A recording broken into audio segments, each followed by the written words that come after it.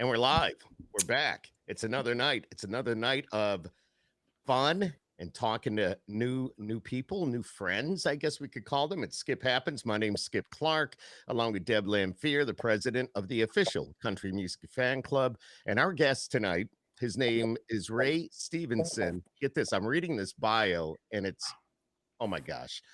Ray Stephenson, a Grammy Award-winning platinum-selling singer-songwriter living in Nashville. His successes include he got the CCMA Songwriter of the Year in 2013. That's the Canadian side of things. That is really cool. He wrote the title track of Kenny Chesney's album Hemingway's Whiskey, and writing the Blake Shelton Miranda Lambert duo and album title track Red River Blue. By the way, that's phenomenal. I had no idea that was you. And reached both of those reached #1 on the Billboard Album Charts and were certified platinum. And some of the most revered and iconic legends in country music have recorded his music, and we're going to find out about all that, including I'm reading Willie Nelson, Kris Kristofferson, male. And now I'm nervous because I'm reading You've got some big names there. Merle Haggard. And of course, he's been a part of 4 Grammy-nominated projects and 1 Grammy-winning project. It was Guy Clark's final recording, My Favorite Picture of You. Ladies and gentlemen, look at him. It's Ray Stephenson right there. He's live on Skip Happens with Deb and I, and he's sitting in his backyard in Nashville, Tennessee. Hello, Ray. Welcome. Hey. Thank you. How are you, my friend? I'm great. It just started raining behind me. If it's too noisy, I'll move. No, I think it adds. I love the ambience. Seriously, and it looks like it's raining quite heavily, like a sudden downpour. Yeah. Well, as long as you're covered, I guess we're good. Yeah, I my love favorite spot. It is, and being in an area like that where it's quiet and hearing the rainfall, that's got to be pretty awesome as well. Nothing better. Very relaxing. Yes, Ray Stephenson. So once again, welcome to Skip Happens, and we're so honored to have you on with Deb and I tonight, and we're here to talk about you. And first of all, I'm going to turn it over to Deb. She's going to ask a few questions, and we'll go from there. Okay. So to our audience, I'd like to welcome you again and remind everyone that this is part of our Backstage Nashville Songwriter Series. We are very honored to partner up with them. And Backstage Nashville is located right in downtown Nashville, and they hold shows twice a week. And Ray happens to be one of the partners. And Ray, if you don't mind, could you just give us a little bit of background on Backstage Nashville and your partnership and how you began with them? Yeah. My partners are Brittany Easterling and Dane Gorman. And it first started, I was putting on these little house parties for my light. The motion sensor. I have to turn it on every now and then. Yeah, we were doing these little private parties that were art exhibits, and our main intention was to sell some artwork. Well, the parties quickly turned to began to have a lot of my friends show up, so we would start passing a guitar around. And the parties became this cool sort of place to go hang and hear some cool music and see some cool artwork. And that's when we met Dane. She started helping us there, and we really designed the company to do sort of corporate private parties and things, and we do a good deal of that. We sort of got that part of the business up and going, and we thought it'd be a good idea to do a weekly show just to keep, sort of the gears always turning and iron out all the wrinkles and stuff. So we started doing a show down at 3rd and Lindsley. We partnered up with Ron Bryce. I think 3rd and Lindsley is probably the best music venue, outside of the Ryman or something like that. It's to just they have a great team of people that works on sound. The sound there, Kathy Mack, is the head of that place, and the sound is always impeccable. It's just a pleasure to play there. And so what we wanted to do is just create a gig that the writers would enjoy playing and want to come play, and something to keep us working, especially through like crazy times like now. Yes, exactly. And it just instantly became really popular. We sold out every Saturday show from the first day that we did it. Up until COVID-19, when we had to close down, we actually sold out every Saturday show for a little over 3 years. And I've been playing full time in Nashville for over 20 years, and I've never sold out a club consistently. I may have sold out a club a few times, but that's just a testament of how much talent there is in Nashville. And you know, we started out, it was an idea to just keep me working and keep some of my best friends working, who are also, you know, wonderful songwriters. And once we started playing at 3rd and Lindsley, and then we started doing a second show, we needed so much more talent, so, you know, so that we weren't playing the same show over and over. And it just, once it started growing, I think we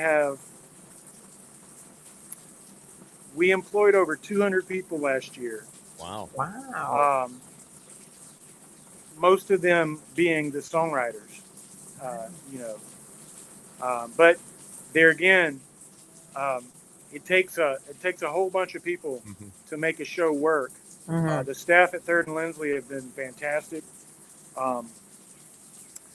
And like I already mentioned, the sound, Right. And then Brittany and Dane, I couldn't do any of this without them. So it's an exciting thing. It's an exciting venture to be a part of. Like I said, it was intent in the beginning. It was going to be this sort of boutique private party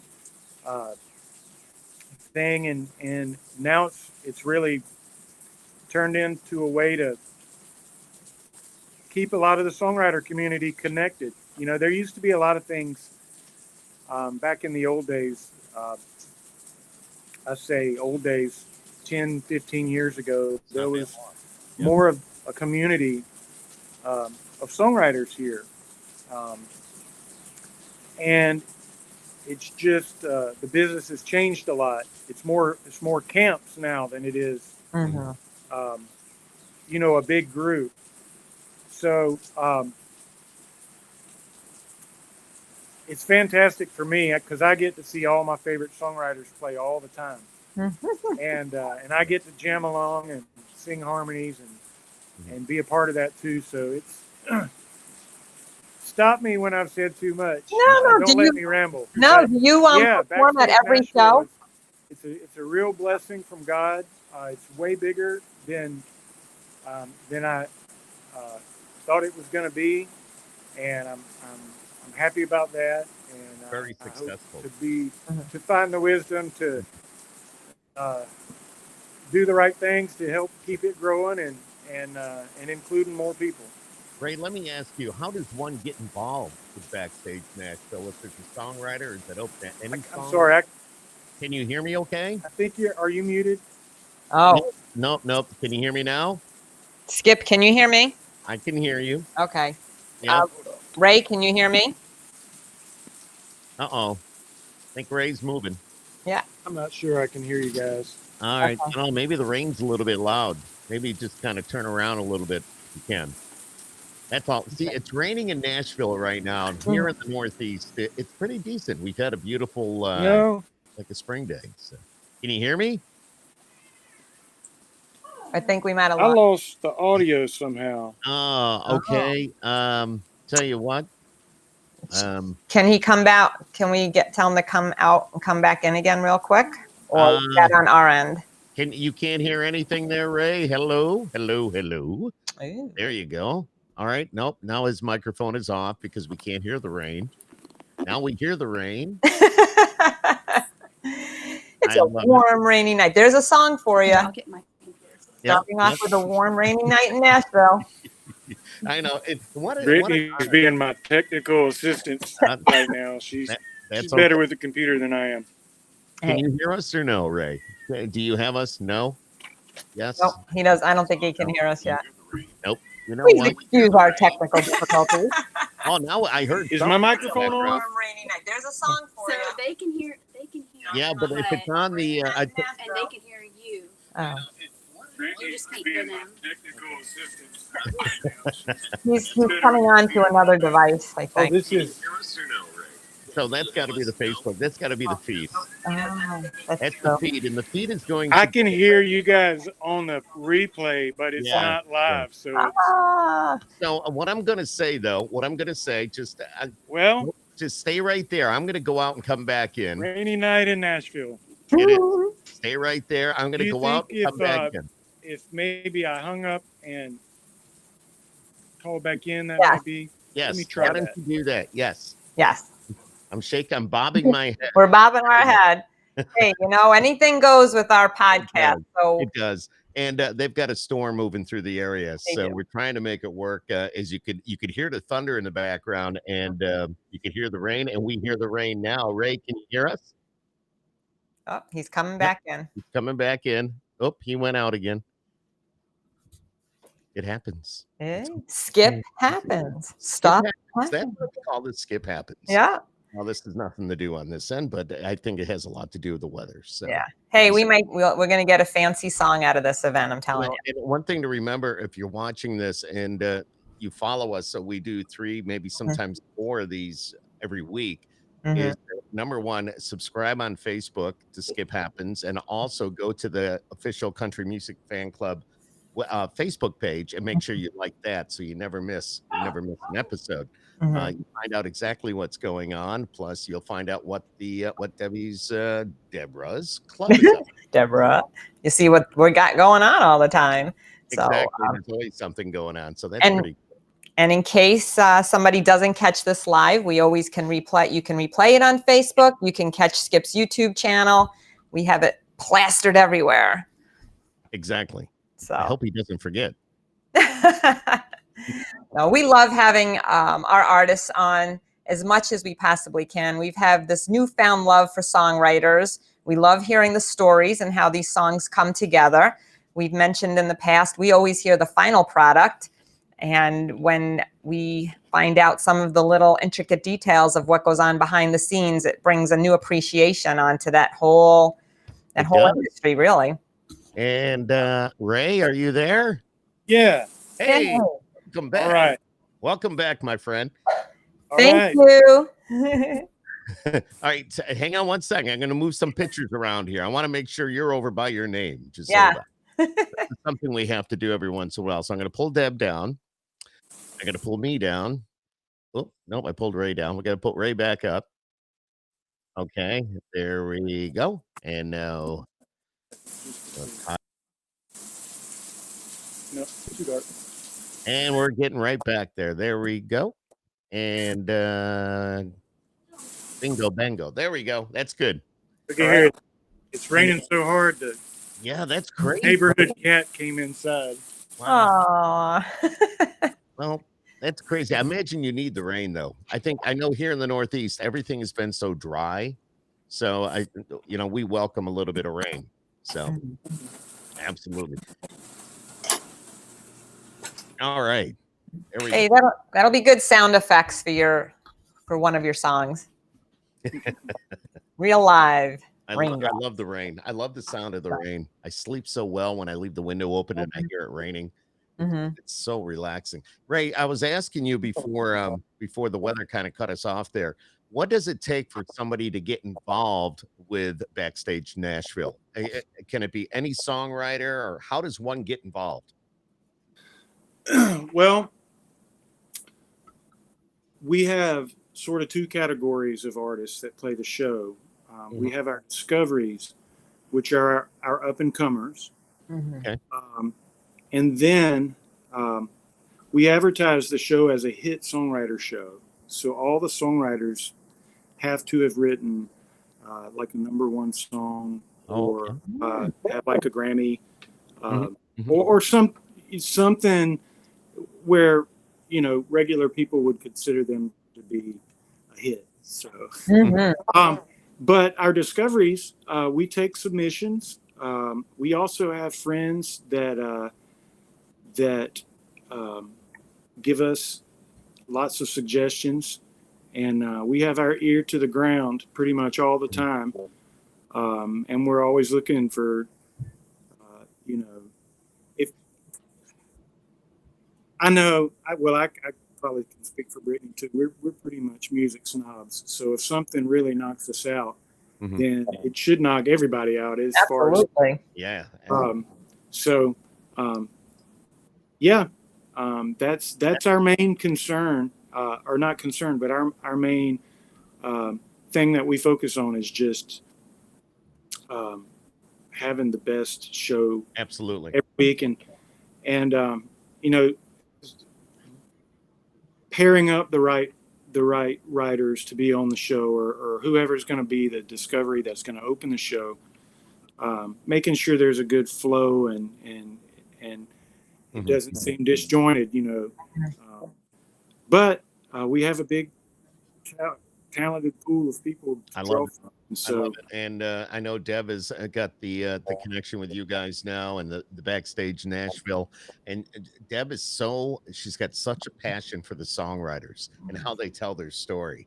And me being a radio guy, I hear the finished product. We play it on the radio, but there's so much behind that product. And somebody like you that's putting all those words to music, even though it might be somebody else doing the finished product. But I don't know if our listeners realize that it actually comes back to people like you, the songwriters, you know, the men and women that sit down, the guys and girls that sit down and write these songs, and the thoughts and everything that goes through their mind. And I know maybe now it's been a little bit difficult with the quarantine and all that, because I don't think you could get together as much as you used to. But maybe you did anything, but who knows? One lesson I learned about writing songs that was kind of hard and took me a long time to learn it, but you can't be writing all the time, which especially once you get signed with a publishing company and you have a quota of songs you have to turn in. But like, flowers can't bloom in the garden all year long. There has to be a time when they have to go back to a seed or whatever.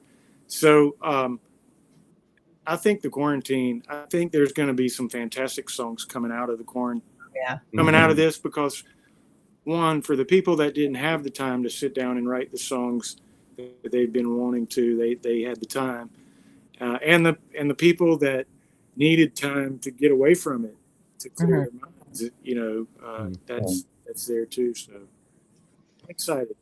Yeah, and I don't blame you for being excited. As I mentioned when we started this podcast here tonight, I mean, you've written for Chesney, Blake, and Miranda. I mean, they've picked up your songs. I mean, just to have that title track on Chesney's album, a song that you wrote, wow. I think, wow, that's amazing. So good, so good. And I love Hemingway's whiskey. It's great. I've got the whole album. I listen to it a lot, so definitely good stuff. Now I can put a face with the music. So, I know, it's cool. Very cool. Do you generally write with other people, or do you prefer to write by yourself? I prefer to write with other people. Mm-hmm.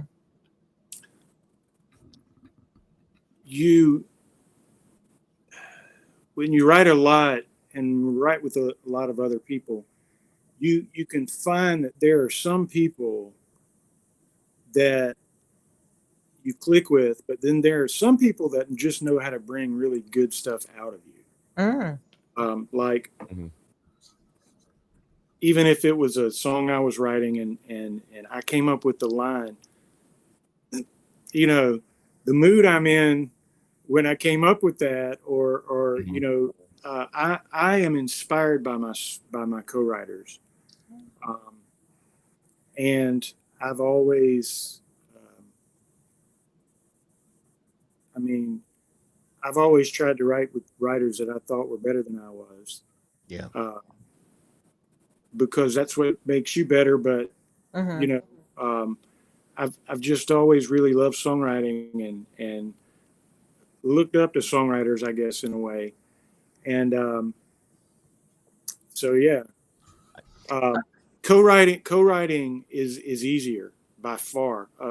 It's easier to sit down and write 10 songs in a weekend with a co-writer or maybe 2 co-writers, like on a writing retreat. And out of those 10 songs, you know, 5 of them might be really good. But to sit down in a weekend by yourself and write 5 really good songs is like, you know. Yeah. And without getting possible, it's possible. It's possible if you're in the right frame of mind. So let me ask you this: if when you write with other people, in other words, that must force your creativity to come out, right? And make you want to. You can play off of somebody's emotions. It puts your mind in a certain mindset, and maybe you make some of that creativity kind of just come out. Yeah. It's like, you know, when you're driving and you're scrolling through the radio stations, sure, and you find a song that you really like, that feeling that you feel when you hear that song you like, if you're not feeling that feeling when you're writing the song, then you're just wasting your time. Like that is the energy or whatever, the zone you have to get into, because I mean, songwriters now, for the first time, you don't compete with your peers. You compete with, you know, my daughter, the music that she hears, she's 2.5 years old, and she's hearing the Beatles and Dwight Yoakam and everything that's going through this house. That's awesome, though. We play our favorite songs in our playlist, you know, so any new song that's going to come along that's going to turn anybody's head has to outdo their Spotify playlist now, which is the greatest songs of all time. Oh, that's true. And so timeless songs are the only thing I see. If anything has an advantage in the future, timeless songs, timeless productions, you know, artists like Adele or John Mayer, you know, people, but you know, it's amazing. It's amazing. And then we love talking to the songwriters because we can just see how you're as soon as you figure it out, it changes. So at some point you realize just like, but you're thinking about everything as you say it. I can tell, and it's just that adds to you being a great songwriter. You know, hey, I have to ask, where's that Grammy? Is it like you got it in a safe or something? Well, actually, do we get to see it? Sort of. Okay. I didn't actually get the Grammy trophy. Guy Clark, right, was the recipient that we turn a light on. But they did send me this really cool, nifty. That is awesome. Hanging it. That's such an honor. That is very cool. Very cool. This is my music room. I was just going to say, maybe you can show us around where you do your best work. I love it. Look at that. Skip, I think he's got you beat. He does. He's got me beat. Look at all that tech. Yep, I know. And he's got a Mac, and I bet you he's got Pro Tools on that. So, you know, I was on Pro Tools for about 15 years. Yeah. And then I switched over to Logic. Oh, okay. Yeah. And Logic's good. I switched to Logic for a year, and I couldn't get around on it fast enough from what I was used to. So I went back to Pro Tools for a year and a half. And then You went back to Logic. yeah, I was working with a guy, an artist. I was helping him make a record, but he's a really fantastic record producer, and he grew up working on Logic, and so all the stuff that we would do together, I would just let him engineer.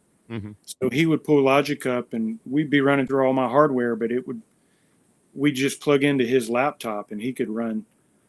He could plug right into my studio through his laptop. Very cool. And that project took a couple years.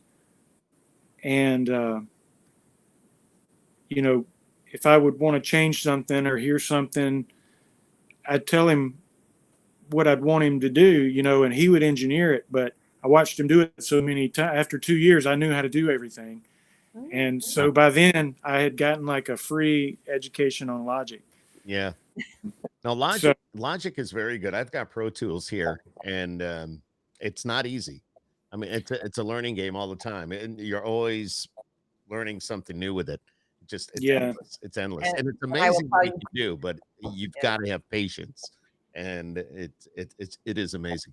Hey, Ray, could you tell us a little bit about the Canadian Music Award back in 2013? Yeah. Let me get my. Oh, he's going to show us that too. I love this. We have props. Show and tell.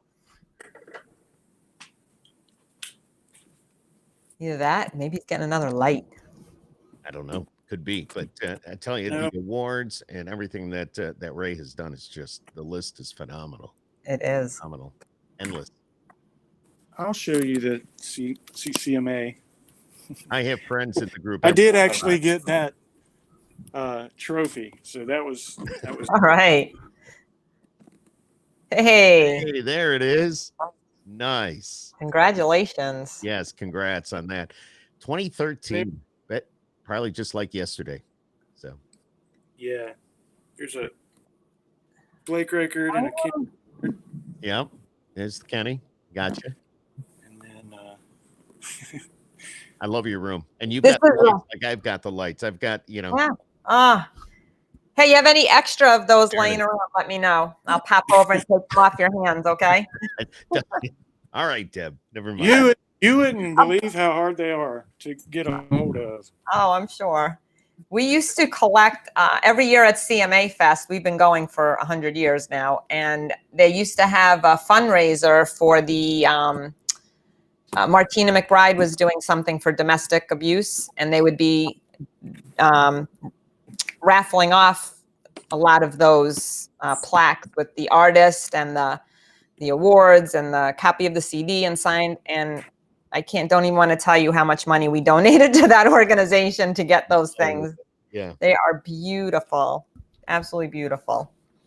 I know, Ray. In a few minutes, we're going to ask you to play something. But can you take us back a little bit?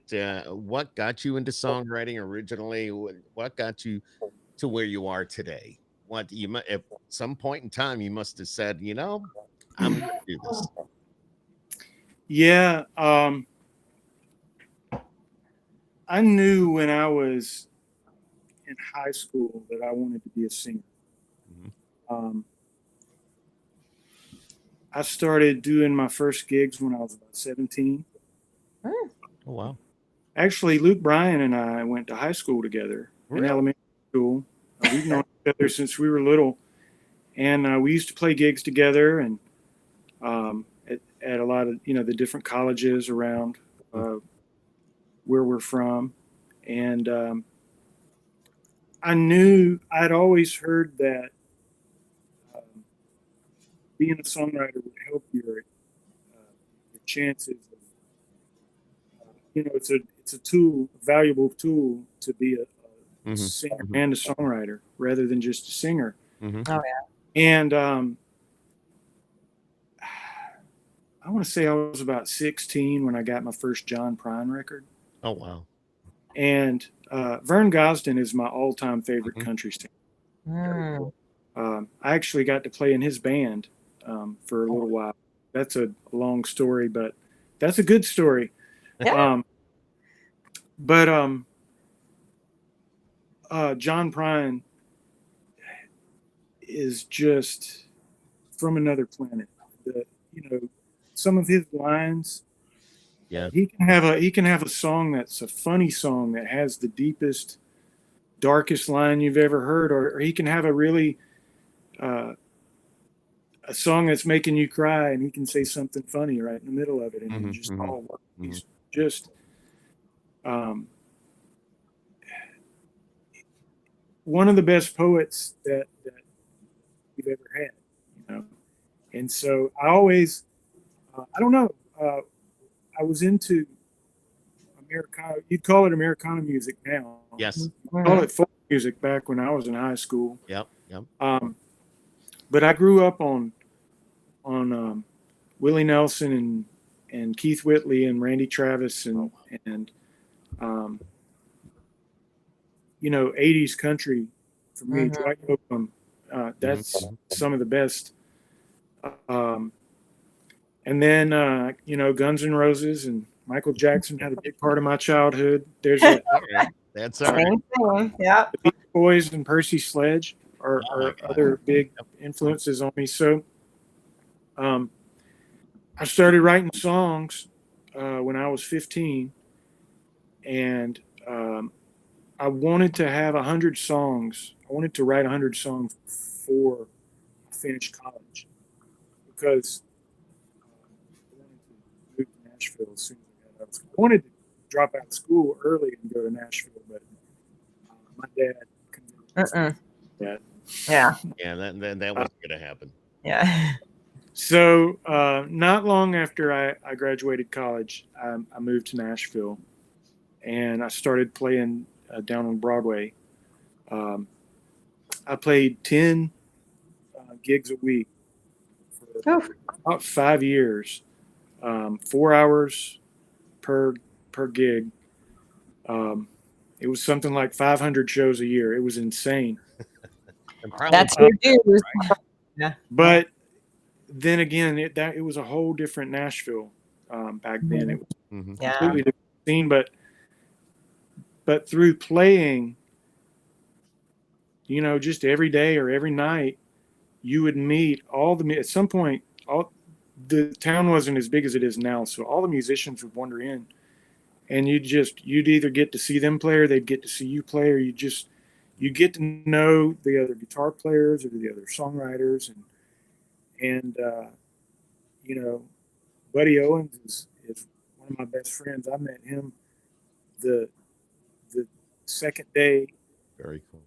The second day I moved to town, or the first day I moved to town, I was just worn out after I unpacked. The second night I went out to the Bluebird. That was the first place I wanted to go. And I met my friend Buddy, and he's one of my main co-writers as well too. And that's been 22, 23 years ago. Oh, wow. That's really just how it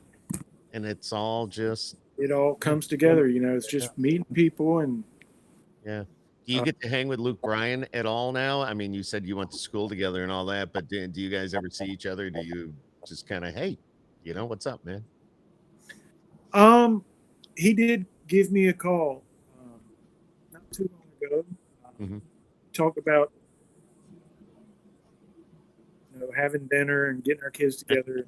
Yeah. We haven't done that yet. He's one of the most busy guys on the planet. No doubt. And I doubt he's even in Nashville that much, especially with the American Idol and stuff. Right. But mainly just, striking while the iron is hot and working as much as you can. Got to do it when you can.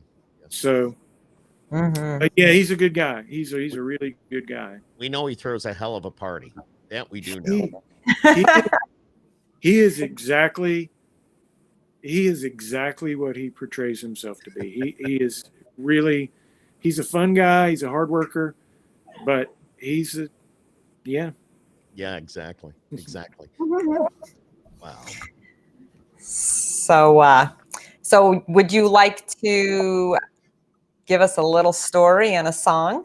Then after that, I have a couple of questions on another part of your life I'd love to let our viewers in on. Okay.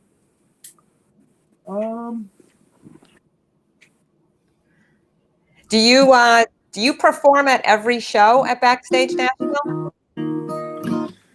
Not everyone, but most of them. Most of them.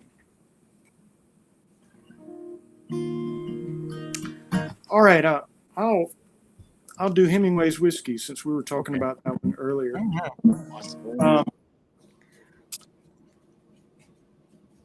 My friend Joe Leathers and I were on a songwriting retreat.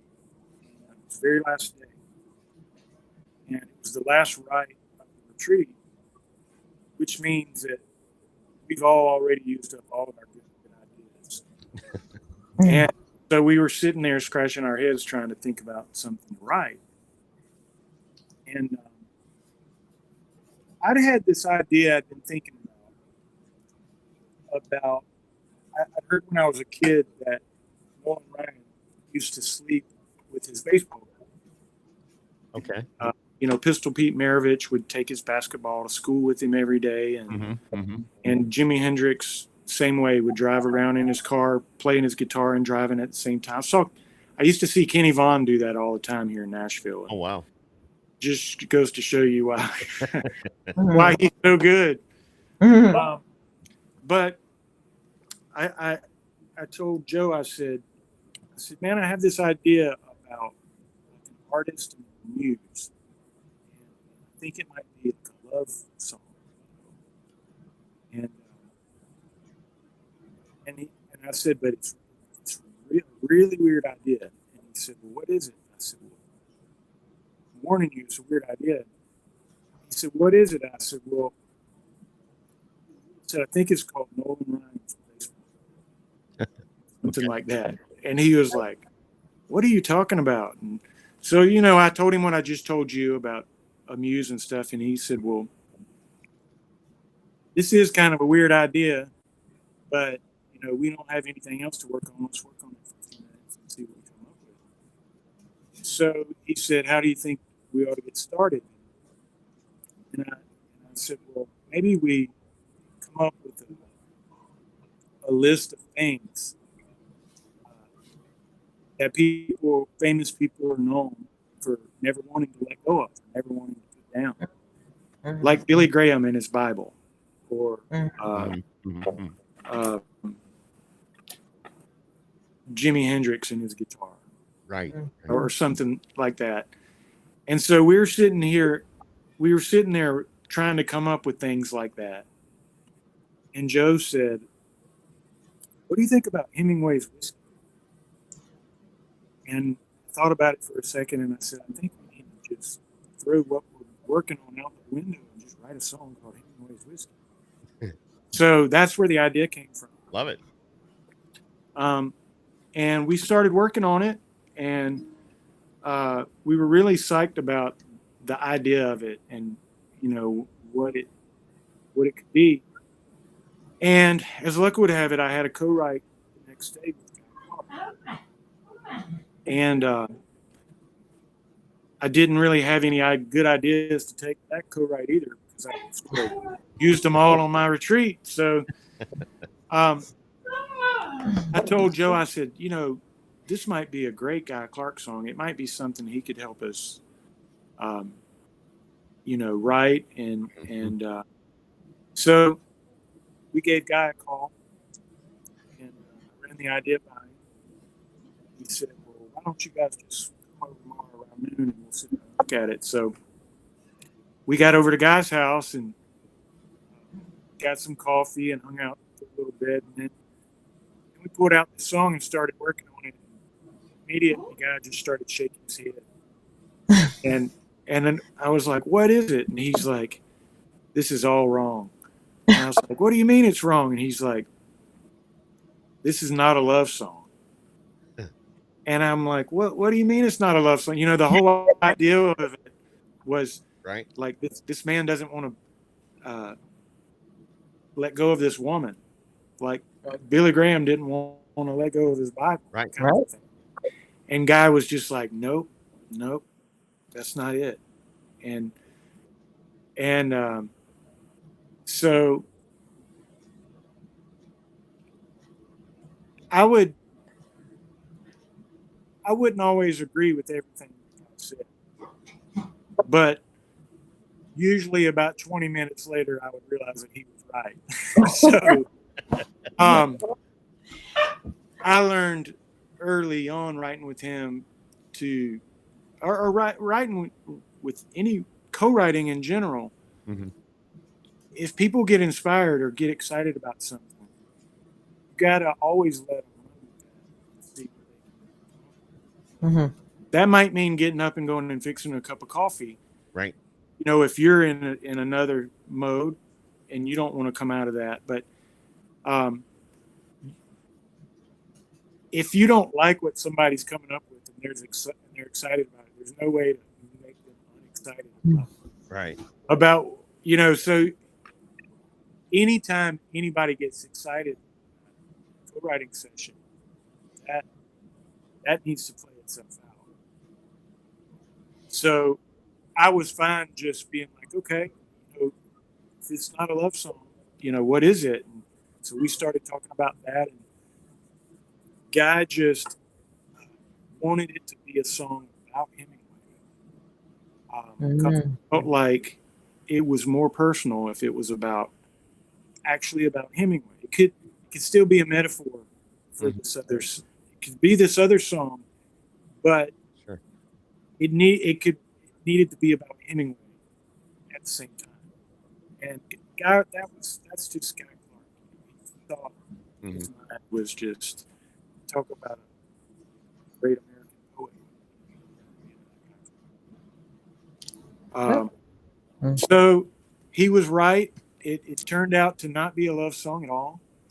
Mm-hmm. And after we finished it, Kenny heard it and decided he wanted to record it. And another good lesson God taught me. He sometimes if we didn't have any ideas right away, he'd just play one of his favorite songs on the guitar, or I'd play something, just sort of entertain each other, jam along with each other, you know. Mm-hmm. And he played something one day, and he said, "What did you think about that?" And I told him what I thought. And he goes, "What about this line in verse? What did you think about that?" And I forget what I said, but I answered him, and I said, "How come?" And he said, "Well, I wrote this song 10 years ago, but I've never really liked this line." He said, "And I've just been working on it. I just changed it. And, just wanted to get somebody else's opinion on it." And I was like, "You changed a song that you wrote 20 years ago?" And he was like, "Songwriters are storytellers more than anything." And, other common modern day storytellers are stand-up comedians. And, they work for years to get 10 minutes.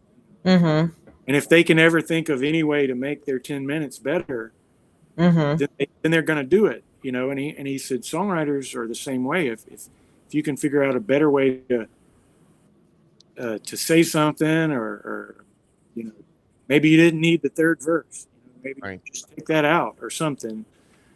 So he said, don't ever be afraid to just always. A song is never finished until you die. If you can make it better, this is not. And to show you, he really felt that way. When we found out Kenny was going to record it, Kenny was already planning on recording it, had the studio booked, and was loved the song. I said, the bridge in this is just bothering me. I think it can be better. Let's sit down and look at this bridge again before Kenny goes. So we did. This is like 2 years later, 2.5 years after we finished it. We wrote a completely different bridge, and guy was like, "Got to get this bridge done before Kenny goes in because it's got to be right." Of course. And we wrote a brand new bridge and sent it to Kenny. So when you hear Kenny's version, it has the new lyric. Oh. And, but my favorite part about the whole part of writing this song was they made a Kris Kristofferson, or they made a Guy Clark tribute album, and they had all these big famous songwriters to come in and do their favorite song of Guy's, and Kris Kristofferson picked Hemingway's Whiskey. Oh wow! He said that was his favorite Guy Clark song, and he was a big fan of Ernest Hemingway himself. He actually told us a story about almost getting to meet Ernest Hemingway when he was. Oh wow! But my buddy Sean Kemp produced that record, and so he invited me to come to the studio when Kris came in to sing. Mm-hmm. And I'd never gotten to meet Kris before, and when he came in, before he came in, Sean wanted to, since Guy and Kenny had already recorded it, he wanted to do something a little bit different. He didn't want to change the song, but he wanted to do something just a little different so that Kris's version, would just be different. So we decided to change the intro just a little bit. And so we did that, and we added a few chords and added a few measures. So it made the intro a little bit longer. Well, when Kris got ready to sing, he went in the vocal booth and they lit some candles and dimmed the lights, kicked off the song, and everything was perfect, but we forgot to tell Kris that we changed the intro. He had learned Guy's version, so he kept coming in too soon.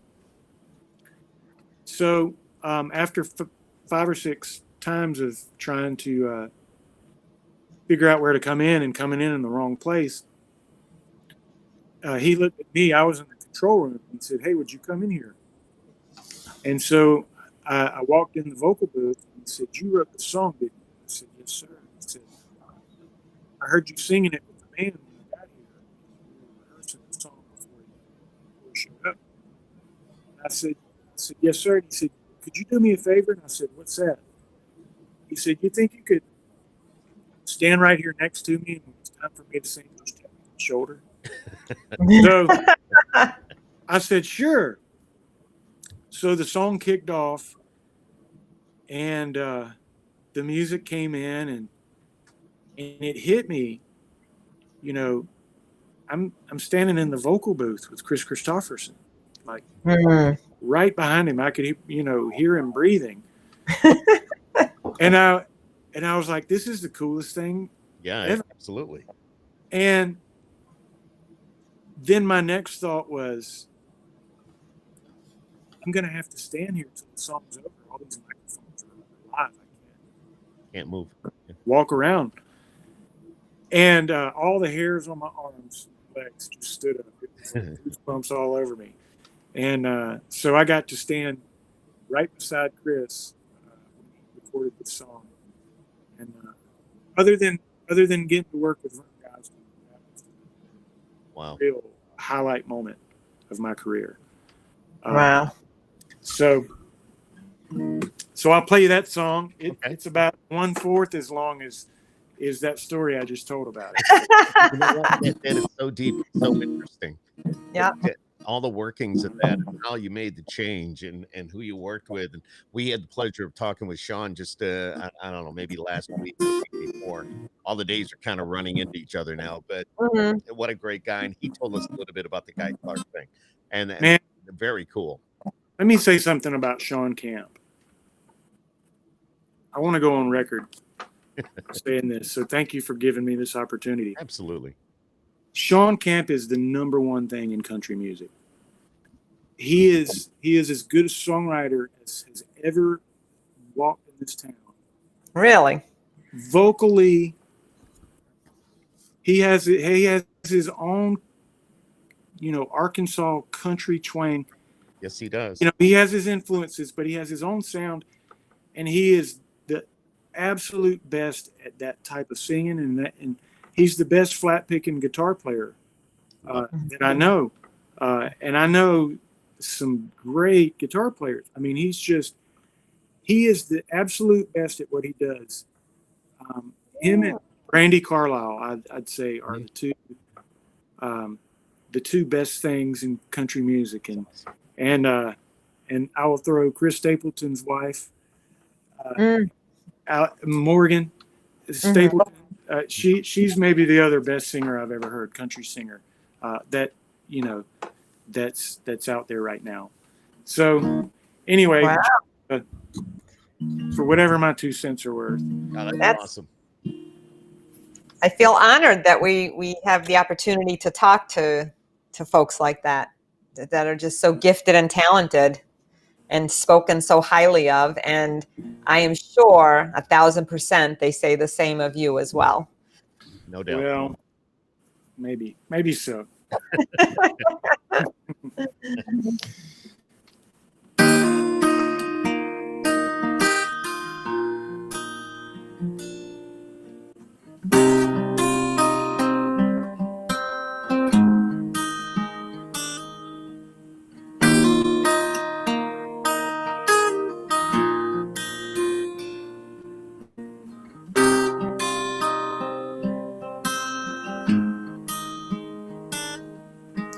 Hemingway's whiskey, warm and smooth and neat. Even when it burns, it'll always finish clean. Didn't like it watered down, took it straight up and neat. If it was bad enough for him, you know it was bad enough for me. Hemingway's whiskey.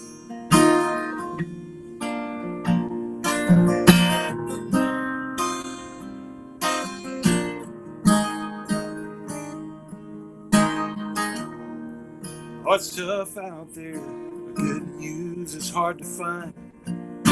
Living one word to the next, one line at a time. But there's more to life than whiskey. There's more to words and rhymes. Sometimes nothing works. Sometimes nothing shines. Hemingway's whiskey.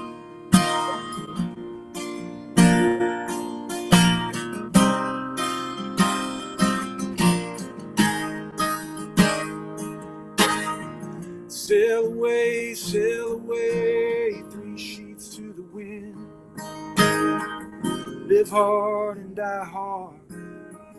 This one's for him. Hemingway's whiskey, warm and smooth and neat. Even when it burns, always finish clean. Didn't like it watered down, straight up and neat. It was bad enough for him, it was bad enough for me. Hemingway's whiskey.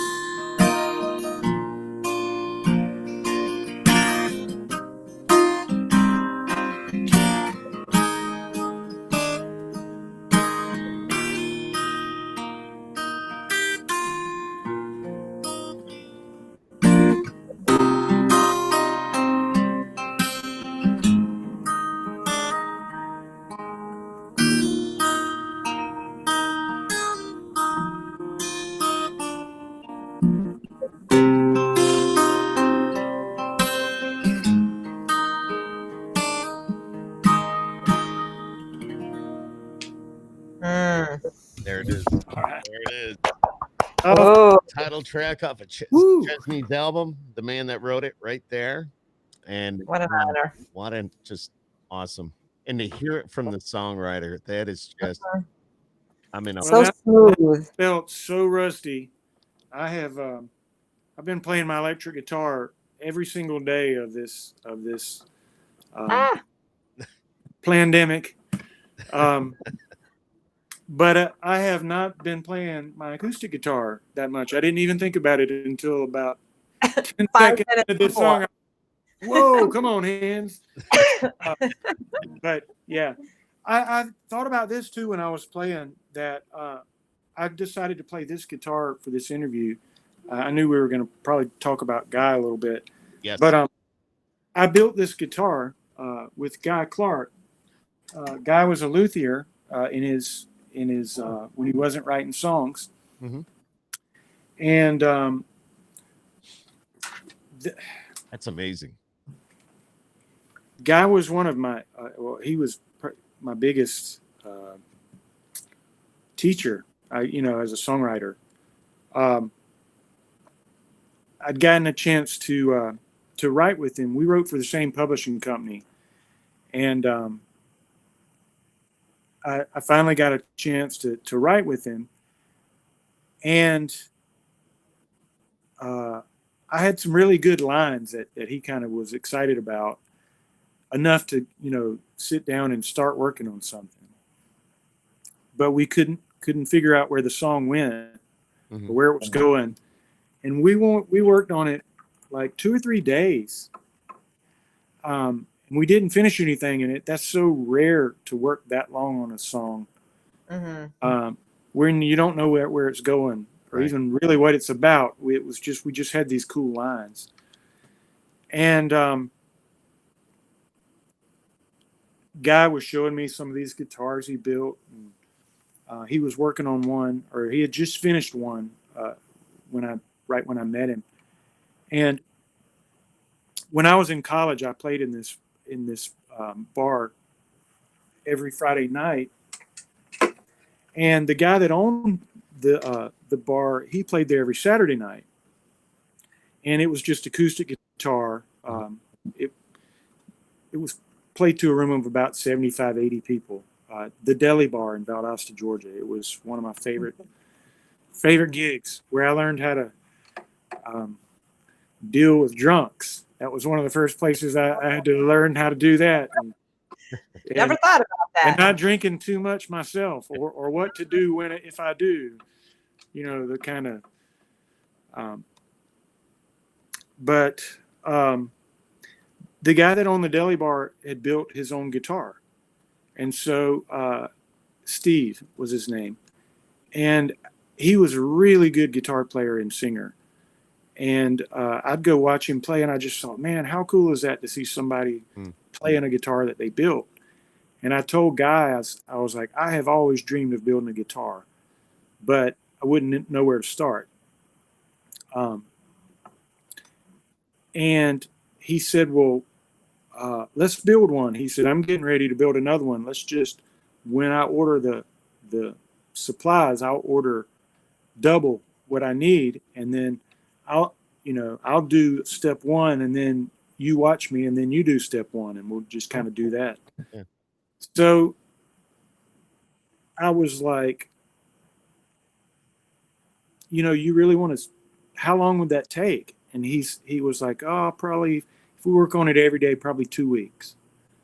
And I thought, man, if Guy Clark wants to spend 2 weweeks with me, teaching me how to build a guitar, I'm not going to turn this down. I really felt weird about doing it, because I don't want to take too much of this guy's time. He's already doing me a favor.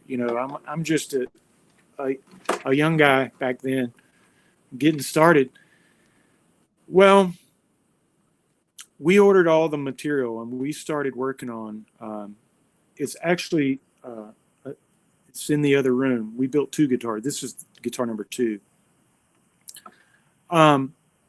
We started working on this guitar, and I went over to Guy's house every day, like 5 days a week, for 11 and a half months.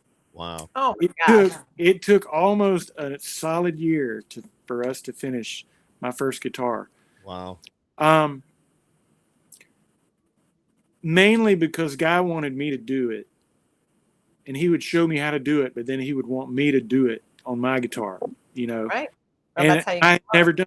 Now, I went to art school. I got a major in painting and a minor in sculpture, and I had woodworking classes and marble sculpture. Like, I'm good at sculpting and seeing things, putting things together in my mind and stuff like that.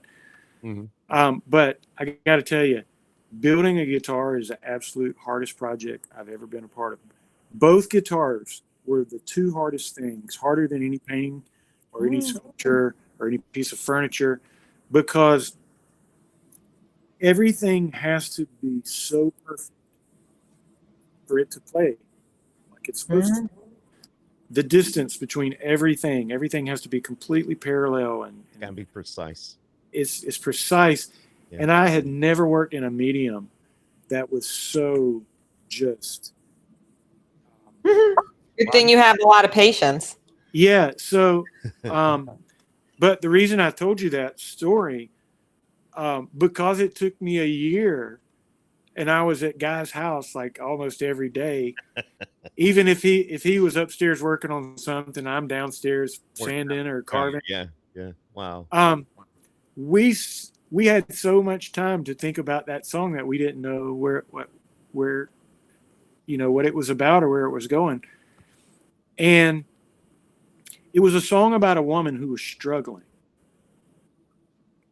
And life was just really pulling down on her, and it kind of wasn't fair, but we just had this sort of beautiful way of describing this really beat up old woman.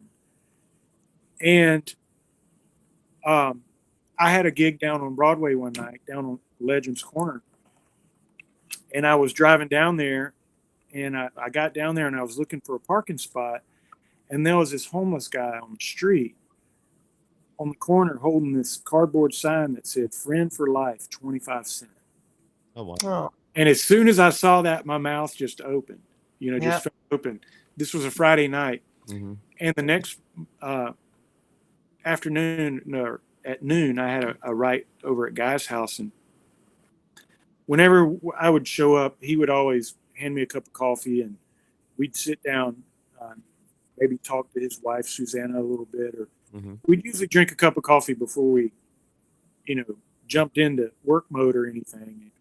So we were sitting there drinking our coffee, and I wasn't even thinking about songwriting or our song or anything.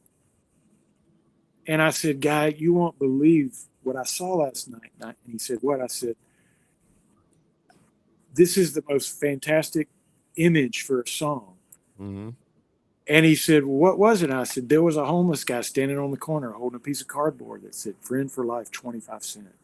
And Guy just kind of took a drag of his cigarette and sat back and thought about it and took a sip of coffee, and he said, "That's what our song's about." I knew it. What? Oh. And he said, "She's homeless." And I said, "Who?" And he said, "Betty, in our song, she's homeless." And as soon as he said it, like, he already knew where the song was going. But as soon as he had said it, I was like, there it is. So we ended up writing this song called "Homeless" that is just about this. When I worked down on Broadway, like I said many years ago, I knew all the homeless people because they all hung out near the bars. Yep. And I knew most of them by name. I knew who were new and who had been there for years. And I learned something about homeless people that I've never heard anybody ever say. You always hear people say homeless people are drug addicts or alcoholics. Yeah, we've heard that. And a lot of them are, Yeah. But you don't have to work very hard to make enough money to maintain a problem. Most people that are homeless, 99.999% of homeless people have mental issues. They're not drunks.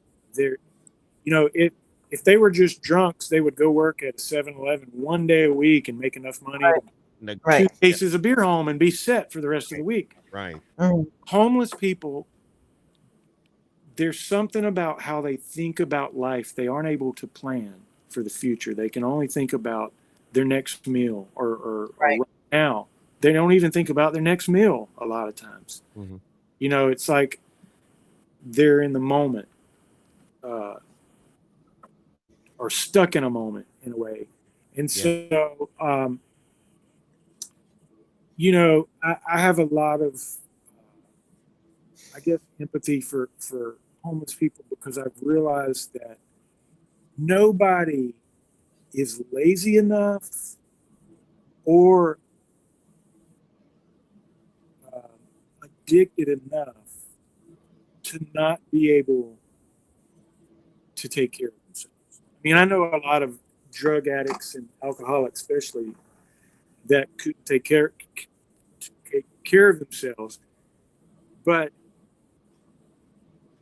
even the ones that died from their addictions, they didn't lose their job before they died. You know, they still had a job and a wife, and you know, and so we wrote a very beautiful song about homeless people called Homeless.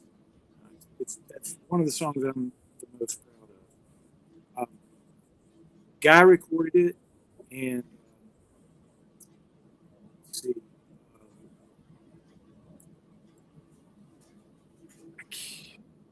That's amazing, though. I mean, there another guy recorded it, Texas guy. Mm-hmm. But the Nashville Ballet somehow picked this song to do a show with, and so they actually had Guy come down and play with Daryl Scott. Wow. And I think it was just Guy and Daryl Scott. But they played the song, and the ballet acted out these scenes of these homeless people through, you know, the art of ballet. And it was like sitting, you know, I was sitting in the ballet just thinking, how in the hell did a kid from South Georgia grew up where, you know, how does he have a song that the Nashville Ballet is, you know, that these beautiful dancers are dancing to and stuff? It's just, it's incredible what music can do, you know. Oh yeah, it's a universal language. Yeah, it's a part of so much of our life. It's a big. There's so many unexpected blessings, you know, from being a musician or songwriter that come about that you never saw coming or would, you know. Yeah. So, yeah. Wow. Well, I'll have told to you say, guys I ramble and I get off. No. Here's the funny thing. So for our viewers, before we actually went live, Ray says, you know, I might be a little bit, you know, I'm not a big talker. I sing better than I talk. And you really fooled me big time, because I'm captivated. You were phenomenal. I'm just listening to what you're saying. Yeah. What Deb is saying. It's just like, wow. I could sit and listen to you tell those stories all night.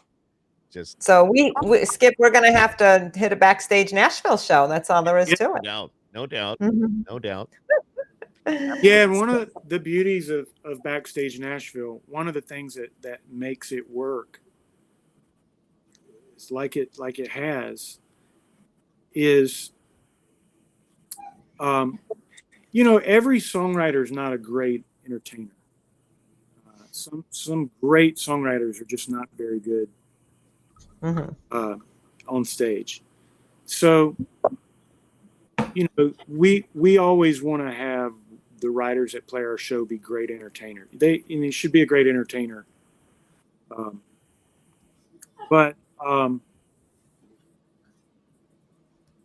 all great songwriters are great storytellers. You know, and the ones that aren't the best entertainers, they wouldn't be a great songwriting is telling stories. And that's what it is. So if you're a good songwriter, you're a good storyteller. Yes. So everybody that plays our show is either a really good storyteller or a world-class storyteller. And it doesn't even matter what they sing sometimes. You know, a lot of we hear that every at the end of every show, somebody's like, you know, the stories were even better than the songs. I know. Or you know, we had no idea, you know. So just by nature, we magnetically attract great storytellers to our show, to every show, and that really makes for a consistently good show, and you know, always different material. So we are. I was told not to forget. I have my notes here. Are you going to talk about the show? Our first show is July 11th. Okay. Great. At 3rd and Lindsley. You can get the tickets at thirdandlindsley.com. We have an awesome lineup. Josh Martin is our discovery. And, you know, I mentioned Sean Camp. Sean Camp is probably the best flat picker that I know. But Josh Martin is right up there. He is an incredible singer, guitar player, and songwriter. I don't know why that guy is not already a big, huge, famous deal, but he's playing. Marla Cannon is also playing, and Dylan Alton. Oh wow! And they've written just fantastic songs, and they're both fantastic performers. I'm also playing that day, and Oh, good. That's a hell of a show. I hope I didn't forget anything. There was something else I wanted to say, but I can't remember what it is right this second. Well, we'll make sure we share that information as it is posted. I know Nashville will be excited to have you guys back in session, and I'm sure the tourists will be starting to flow in around that time, and they'll be happy to have you guys back in session.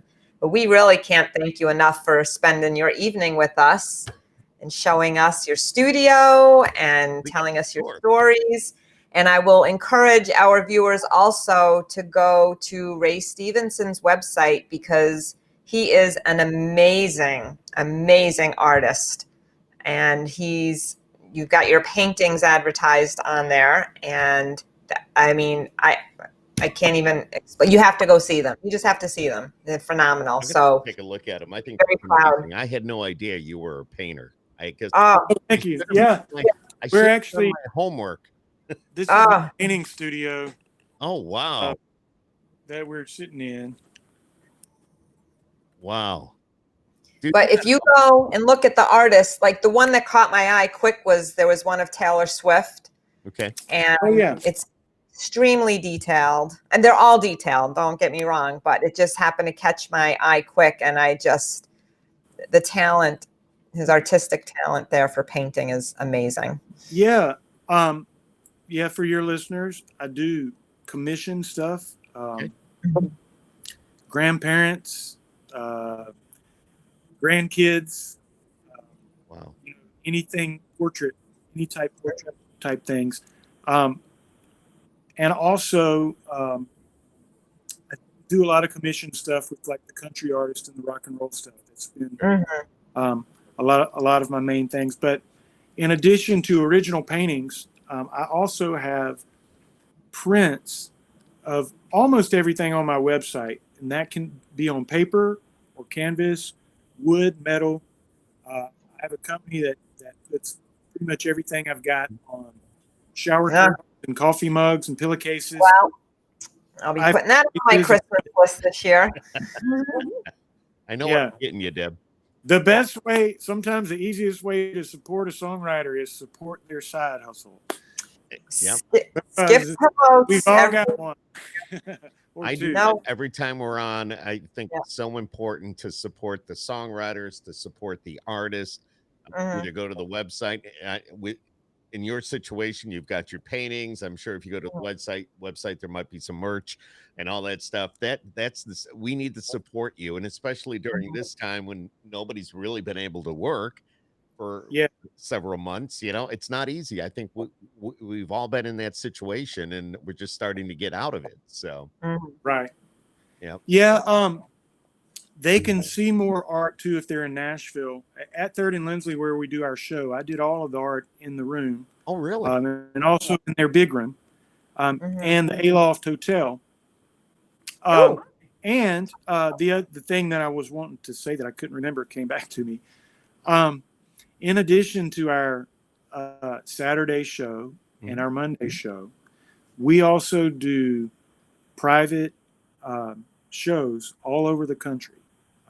We can come anywhere in the States, okay, and even outside of the country. We've done a couple of those things, and we're working on some more of that stuff too. So anybody out there, if we sort of describe our show as being like a songwriter version of the Grand Ole Opry. Cool. You know, it's not around. It's everybody comes out and has their own spot, and they can bring their side guys with them, or sometimes me and my fiddle player Natalie Murphy. We'll back people up, but we can bring that to your house or to your board meeting, whatever. Our prices once.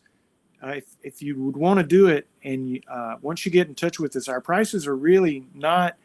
Everybody says that they're not as high as they expect them to be for the caliber of a show that we have. So, if there's anybody out there that wants to make their neighbors jealous, we can put the best block party that anybody's ever had. And so, I love it. They can go to BackstageNashville.net. And get all that information. Yeah, excellent. We will have to work on that. You're getting winning songwriters. Absolutely. Such yes. as yourself, Grammy Award winners on every show. It's amazing. It's amazing. Well, thank Gotta you. love it. Gotta love it. Debbie, you were going to ask them about a couple of things before we let them go here tonight. Oh no, the paintings Okay.